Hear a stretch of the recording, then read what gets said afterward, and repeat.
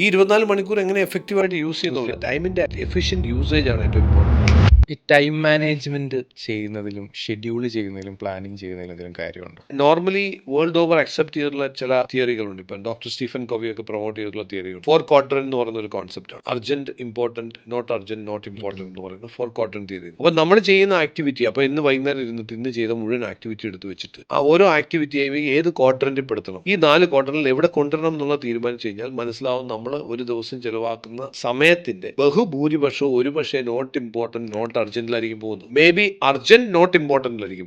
പക്ഷെ ലൈഫിൽ മാറ്റം ഉണ്ടാക്കാൻ പോകുന്നു, നമുക്ക് ഗ്രോത്ത് ഉണ്ടാക്കാൻ പോകുന്നു ഇമ്പോർട്ടന്റ് നോട്ട് അർജന്റ് കാര്യങ്ങളാണ്. അതിനാണ് നമുക്ക് സമയം കിട്ടാതെ വരുന്നത്. അതാണ് ശരിക്കും പ്രയോറിറ്റൈസേഷൻ. അപ്പൊ നമ്മളെപ്പോഴും ഒരു ദിവസത്തിന്റെ മൊത്തം നമ്മളുടെ വർക്കിംഗ് അവേഴ്സ് സപ്പോസ് ഒരു 12 അവേഴ്സ് ഉണ്ടെങ്കിൽ ഈ 12 അവേഴ്സിൽ 2 അവേഴ്സ് എങ്കിലും നോട്ട് അർജന്റ് ബട്ട് ഇമ്പോർട്ടന്റിലേക്ക് മാറ്റി വെക്കാൻ പറ്റിയ, ഫോർ എക്സാമ്പിൾ റീഡിംഗ്, നമ്മൾ വർക്ക് ചെയ്യുന്ന മേഖലയുമായി ബന്ധപ്പെട്ട മേഖലയിലുള്ള കാര്യങ്ങളെ കുറിച്ച് വായിക്കുക, പുസ്തകങ്ങൾ വായിക്കുക, അല്ലെങ്കിൽ പ്ലാനിങ്, നമ്മൾ ഇനി ചെയ്യാൻ പോകുന്ന കാര്യങ്ങളെ കുറിച്ച് പ്ലാൻ ചെയ്യുക, വിഷ്വലൈസ് ചെയ്യുക. ഇതൊക്കെ നോട്ട് അർജന്റ് ബട്ട് ഇമ്പോർട്ടന്റ് ആണ്. അതെപ്പോഴും നമ്മൾ കോംപ്രമൈസ് ചെയ്ത് കളയും. അത് എങ്ങനെയും ഒരു ദിവസം ഈ 12 മണിക്കൂറിൽ 1 മണിക്കൂറെങ്കിലും അതിന് മാറ്റി വെക്കാൻ പറ്റിയാൽ ലൈഫ് ഭയങ്കരമായിട്ട് പോകും.